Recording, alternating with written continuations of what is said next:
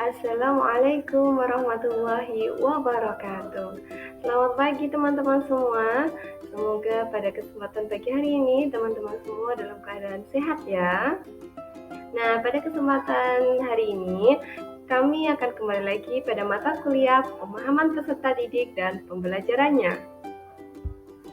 Baik, untuk kesempatan kali ini saya akan mempresentasikan panduan observasi karakteristik peserta didik. Namun sebelumnya mohon izin untuk memperkenalkan diri terlebih dahulu.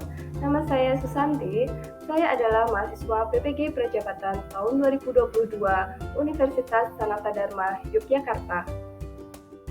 Baik teman-teman, untuk observasi karakteristik peserta didik ini saya akan melakukan di SMA Negeri 7 Yogyakarta, kelas 11 MIPA 3. Dalam panduan observasi peserta didik ini, kami menggunakan 7 aspek. Yang pertama, perkembangan fisiologis dan motorik.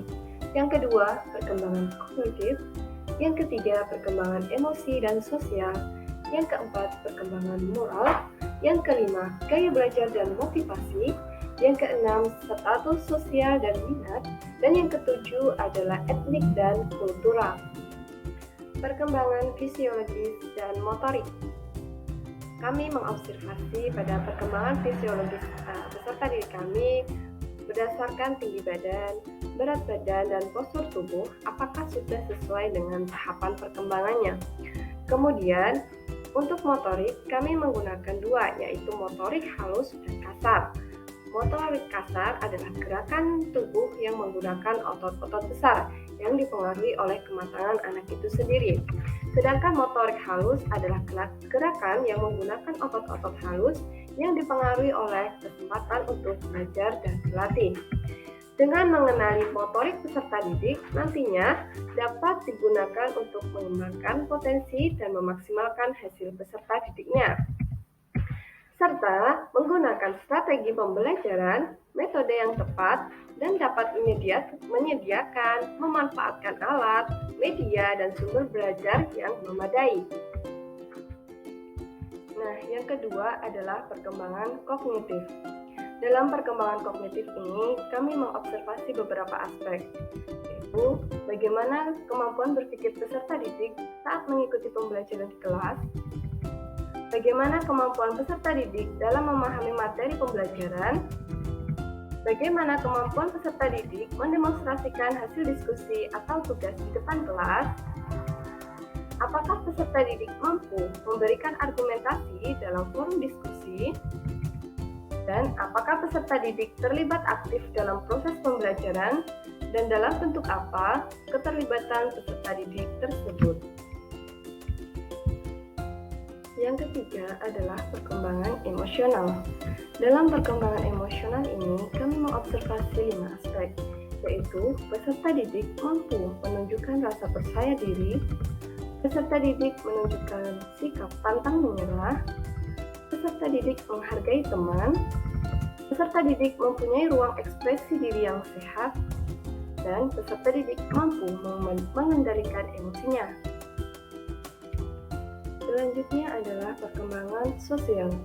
Dalam perkembangan sosial ini, kami mengobservasi beberapa aspek, yaitu aspek yang mendukung peserta didik untuk mengembangkan kemampuan bersosialisasinya, seperti peka terhadap situasi sekitar, berempati, saling menghargai, serta berinteraksi dan berkomunikasi.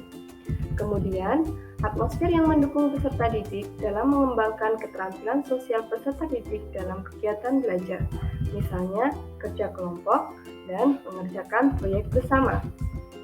Kemudian, peserta didik mampu berinteraksi atau bersosialisasi dengan semua warga sekolah, dan peserta didik mampu mengungkapkan pendapatnya dalam forum diskusi. Yang kelima adalah perkembangan moral. Dalam perkembangan moral ini, terdapat 3 aspek yang kami observasi. Yang pertama, hal-hal yang dilakukan dalam membangun nilai-nilai integritas dan spiritual peserta didik. Selanjutnya, peserta didik patuh, sopan, santun, dan hormat terhadap guru. Dan yang terakhir adalah peserta didik mampu menghargai pendapat dari teman, dan menghargai temannya yang sedang belajar dengan cara tidak mengganggunya. Selanjutnya adalah gaya belajar dan motivasi. Gaya belajar peserta didik dapat dibedakan menjadi 3, yaitu gaya belajar visual, gaya belajar audiovisual, dan gaya belajar kinestetik. Kemudian untuk motivasi dapat diobservasi melalui beberapa hal berikut. Yang pertama, menunjukkan antusiasme belajar. Peserta didik mampu hadir tepat waktu dalam mengikuti proses pembelajaran. Peserta didik merasa senang pada saat proses pembelajaran berlangsung. Peserta didik aktif merespon pertanyaan ataupun arahan guru selama pembelajaran. Dan bagaimana guru memotivasi peserta didik untuk terlibat aktif dalam pembelajaran.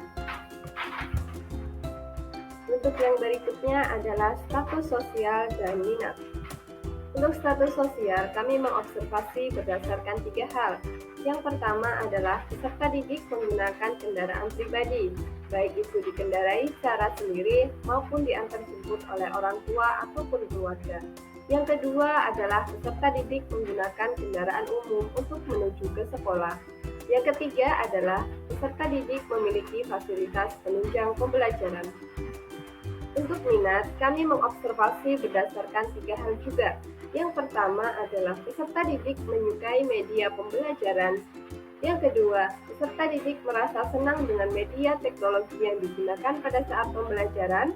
Dan yang ketiga adalah peserta didik semangat mengikuti pembelajaran berlangsung. Baik, yang terakhir adalah etnik dan kultural. Untuk etnik dan kultural ini, kami mengobservasi berdasarkan 4 hal.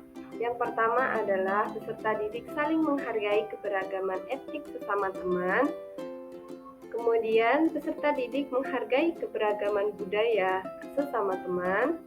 Yang ketiga adalah menghargai keberagaman agama sesama teman. Dan yang terakhir adalah mempelajari kebudayaan temannya, baik itu melalui tarian, lagu, bahasa, dan sebagainya. Baik teman-teman, demikian presentasi panduan observasi peserta didik yang kami buat untuk dilaksanakan pada kelas 11 MIPA 3 SMA Negeri 7 Yogyakarta. Mohon maaf apabila banyak salah dan khilaf dalam menyampaikan materi. Masukan dan saran kami tunggu pada kolom komentar. Kami haturkan terima kasih atas perhatiannya. Saya akhiri, wassalamualaikum warahmatullahi wabarakatuh.